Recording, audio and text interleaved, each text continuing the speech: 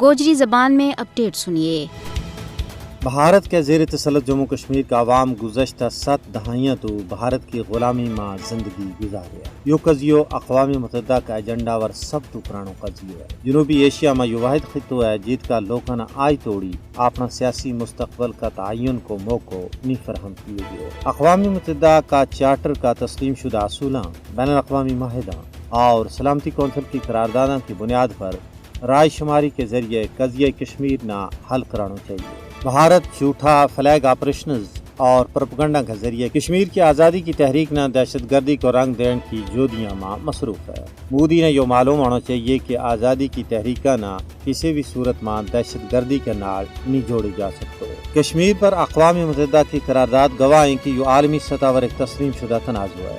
کشمیر میں تعینات اقوام متحدہ کا فوجی مبصرین اس گال کو ثبوت ہے کہ یہ تنازع سلامتی کونسل کے زیر غور ہے۔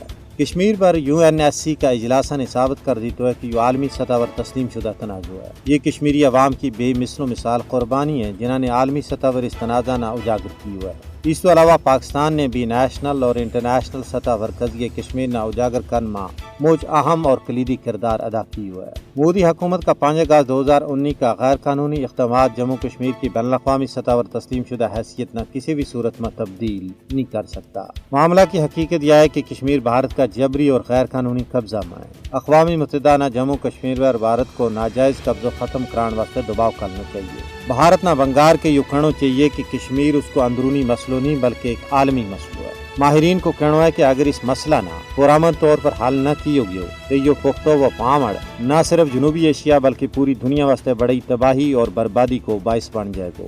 اقوام متحدہ کے زیر اہتمام استصواب رائے ہی مسئلہ کشمیر کو واحد حل ہے۔